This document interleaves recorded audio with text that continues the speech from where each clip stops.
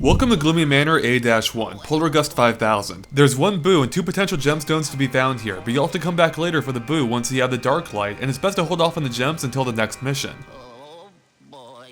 Now there's not much you can do without your handy ghost vacuum, so you should head right for the mansion. Now you can't get inside quite yet, so for now, take a peek inside the leftmost window and try the front door anyway. Once you've done both in either order, a mouse holding a key will appear. Follow him into the garden, then run after him from behind by holding the B button to catch up and snag your prize. Now use it to unlock the front door and reach the entrance room. Since the northern door is locked, head through the left one instead to reach the garage. Now check the front compartment on the car to find what you came looking for, the Poltergust 5000. This bad boy will allow you to suck up all kinds of things like ghosts and treasure. And you can test it out in this very room by sucking the sheet off a treasure chest in the northwest corner which contains a key. Now to exit the room, you'll need to suck up the debris blocking the door that fell during Luigi's celebration. But before you go through it, you should know that the mission's boo is also hiding in this room, that you won't be able to expose him until after you find the Darklight device in Gloomy Manor's 4th mission. Once you have it though, return here and shine the Darklight on the counter closest to the door to reveal a hidden wheel where the boo's hiding. Now just suck up the spirit balls to force him to show himself. Regardless, to continue the mission, exit back into the entrance room. Although you can now unlock the northern door, your path will soon be blocked by yet another locked door. So instead, use your poltergust to suck up the door-looking sheet on the right wall to reveal an actual door which leads into the Mudroom. Inside, you'll spot a key on the ceiling fan if you look up. Use your vacuum on the fan until it spins fast enough to knock the key loose. Now there is another door here, but it requires the strobe bulb, which you'll find soon enough. So for now, head back to the entrance room and use one of your keys on the northern door, which leads into the guard hall. Make sure to hold the run button as you pass the guards, as they'll drop their swords when you get close, which can both cause damage and block your path if you're not fast enough. Now use your second key to unlock the door at the end of the hall, allowing access to the foyer. Inside, you'll find a pair of ghosts pointing to a chandelier above that contains the strobe bulb you need. To reach it, climb the staircase on the right and follow the walkway to the end. Once there, use your vacuum on the fan just above the chandelier until it lowers all the way to the floor. Once it has, hurry back down the stairs to grab the strobe bulb before the chandelier returns to the ceiling. This flashlight augmentation allows you to unleash a powerful flash of light that can stun ghosts and activate EGAD's doors, among other things. Now I should let you know that there are a couple of gemstones earlier in the mansion you can now collect, but it's actually easier if you hold off until the next mission, which we'll show you in the next segment. For now, go ahead and use the strobe bulb on the control panel next to the southeastern door in the foyer if you haven't already to allow access to the coat room. Interact with the toilet to discover a secret entrance to the other half of the room. Now use your vacuum to tear off the shower curtain to expose a ghost who will promptly make a beeline for the room's other half. So use the toilet again to return to the other side. Now if you try to exit the room, the ghost will appear and block the only way out. To open the way, simply clear the room of ghosts by first stunning them with a strobe bulb, then using the vacuum to suck them up. Now head back into the foyer. Well, it looks like the foyer has a ghost infestation now too. Just clear them out like before to complete the mission. Welcome to Gloomy Manor A-2, Gear Up. If you've been following our guide, there will be 4 gemstones that we recommend grabbing here that you haven't already found, as well as one boo that you'll have to come back later for once you have the dark light. So if you didn't collect the first 2 gems in the first mission as we advised, now's the time to grab them since they're both near the start. For the first one, head back to the mudroom and use the strobe bulb on the control panel next to the door on the right to allow access to the mudroom exterior. Follow the path to discover gemstone number 1 in a tree behind the doghouse, which you can pull down with your vacuum. Now before we show you the second gemstone, you should know that the Mudroom is also hiding this mission's boo, though you won't be able to expose him until after you find the Darklight device in Gloomy Manor's 4th mission. Once you have it, return here and shine the Darklight on the gap along the southern wall to reveal a hidden table where the boo's hiding. Now just suck up the spirit balls to force him to show himself. Regardless, head back to the entrance and exit outside to the front yard. Use your strobe bulb on the 3rd plant from the left to reveal the second gemstone. Now let's get the mission underway. From the entrance, head north to the foyer. As you enter, you'll find that 4 ghosts have each run off with one of the gears you'll need to activate the machine in this room. You guessed it, it's time to track down those 4 gears. To start things off, try and go through the door on the left. Although it'll slam shut before you can make it through, a ghost carrying a key that you need will soon appear. Follow him back to the entrance where you can take him down and obtain that key. Now head back to the foyer and use that key to unlock the door that slams shut on the left. Once through, cross the common hall to the first door on the left that leads into the lab. Approach the blackboard along the back wall to cause some ghosts to appear. Take them all down to reveal the first gear, which you'll find sitting on the lab equipment in the center. Now exit back into the common hall and use the vacuum to suck up the wall-looking sheet on the left to reveal a hidden door. It leads into a secret gap between the rooms. Suck up the debris inside, blocking the path to find a key in the back. Now return to the foyer via the common hall and attempt to climb the stairs. You just won't quite make it thanks to a conniving ghost. Now these blue ghosts like to hide inside various objects, like furniture. If you can't spot them, look for anything that's shaking. Then get ready to strobe bulb him as soon as you interact with that object to stun him before he can go hide elsewhere. Once you take him out, climb the stairs for real this time and use your key to unlock the door, which leads into the master hall. Although there are 2 doors accessible from this hallway, it's best to head through the southern one first, which leads into the parlor. Inside, use your vacuum on the music box in the center of the room to play a song. Oh, and eventually reveal some ghosts too. Take them all out to reveal the second gear, which you can find on the rightmost chair. But before you leave, strobe bulb the top of the clock along the back wall to reveal the mansion's 3rd gem. Now exit back into the master hall and head through the remaining door, which leads into the bedroom. Inside, use your vacuum to pull on the tassel hanging from the wall to reveal a bed. Take a load off and sit down on it to discover a hidden entrance into the study. You'll find the 3rd gear in the cupboard between the 2 windows, but when you go for it, some ghosts will appear and lock it away.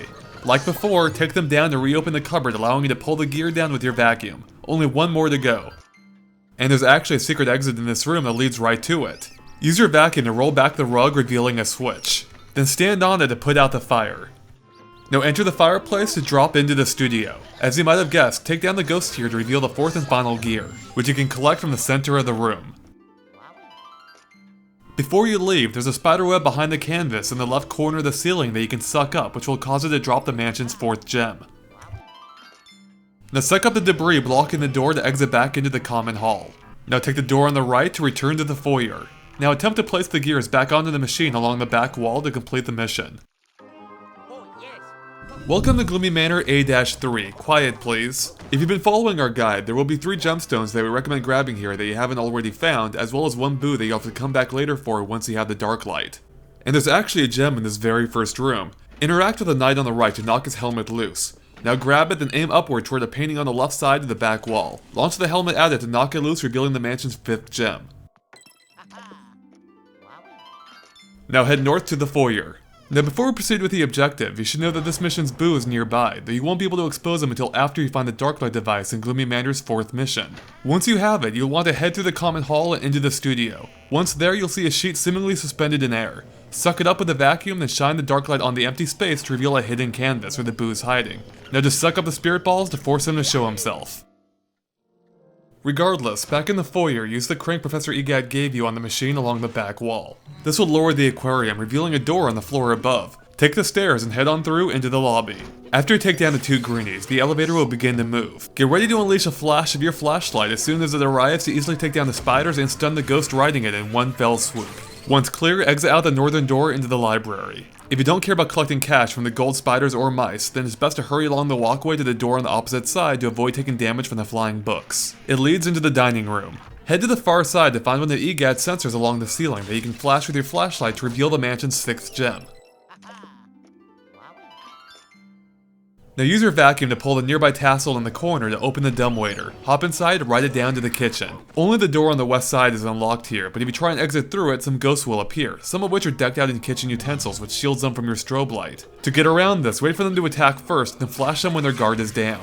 Once clear, don't exit quite yet. Instead, open the fridge. Inside, you'll find the mansion's 7th gem, but it's encased in a block of ice. No problem, just melt it over the oven's open flame to add it to your collection. Now exit through the western door into the lower floor of the library. Here you'll come face to face with the poltergeist. He's actually not that tough, with the only tricky part actually being tracking him down since he's invisible most of the time. Keep a close eye on the books for clues as to where he might be, and if you see a book being raised, get ready to dodge out of the way or quickly flash him to make him drop it. But once you've taken him down, it's not quite over as 2 more will appear, but they're really not much tougher. Once you've sucked them up, the mission will be over.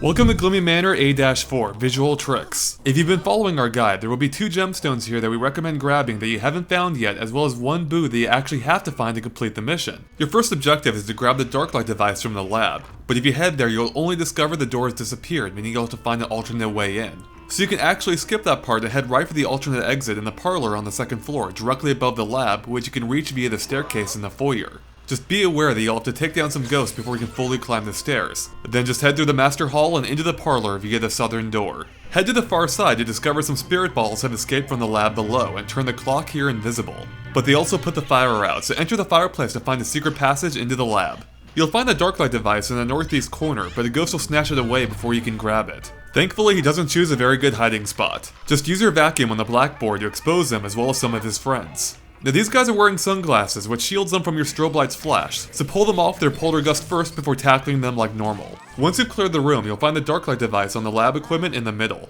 This flashlight augmentation will allow you to cast a rainbow-colored beam that will expose objects rendered invisible by spirit balls. And you'll have a chance to try it out right now, as you'll need to reveal the door so you can exit the room. Just make sure to suck the spirit balls up quickly before they return to the door, rendering it invisible once again. Okay, so normally you would use the Darklight to follow the mysterious ghostly trail, which would typically lead you into the foyer, then up the stairs to the lobby where you would reveal an invisible door that leads onto the balcony, which then turns out to be a dead end. The only thing of note, besides some treasure along the way, is a window in the balcony that lets you peek into the dining room where you'll see some spirit balls turn the cupboard invisible. So instead of dealing with all of that, you can instead head right for the alternate entrance into the dining room. For that, after exiting the lab, follow the common hall to the end where you'll find a painting of a key. Shine your Darklight on it to reveal an actual key, which you can then use to unlock the nearby door once you reveal it, again with a Darklight. Head on through onto the patio. Now there are a couple of gems you can grab before moving on. For the first, head into the yard and use the Darklight to reveal a door along the left wall, next to the merry-go-round. It leads into a secret area, under the stairs.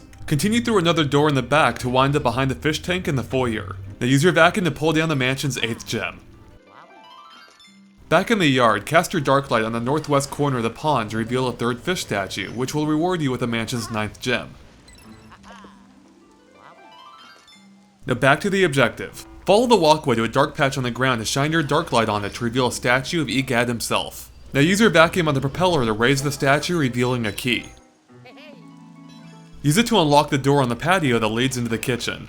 Once you've cleared the room of ghosts, use your vacuum on the tassel in the northeast corner to open the dumbwaiter. Then hop inside and ride it up to the dining room. Here you'll discover the culprit of all that disappearing stuff. Boo. I mean the ghost, I wasn't trying to scare you. But he's not done yet, as he'll make the table disappear too before running off. But if you use the Darklight to restore the table, Boo will come back as unhappy as ever. Because he's invisible, use your Darklight to track him down and expose him. Once he's revealed, use your vacuum and unleash a charge attack to send him bouncing around the room, depleting his health. Once fully depleted, just suck him up to complete the mission. Welcome to Gloomy Manor A-5, Sticky Situation. If you've been following our guide, there will be 4 gemstones that we recommend grabbing here that you haven't already found, as well as 1 Boo to track down. Your objective in this mission is to suck up all the cobwebs from the rooms marked on your map. But because the total amount and locations of the webs are randomly generated, it's impossible to provide a step-by-step walkthrough. Thankfully, this mission is also the one that least requires it, as your map helpfully marks the locations of every room that needs cleaning.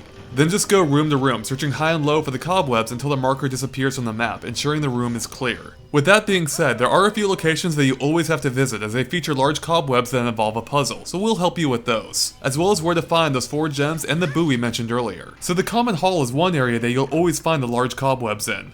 In order to get rid of them, grab the ball of silk and hold it up to the candle to ignite it, then carry it with you to burn down all of the webs here. Once clear, head through the northern door into the library. Use the Darklight on the left, just past the ladder, to reveal a round object. Carry it over to the fire to reveal the mansion's 10th gem.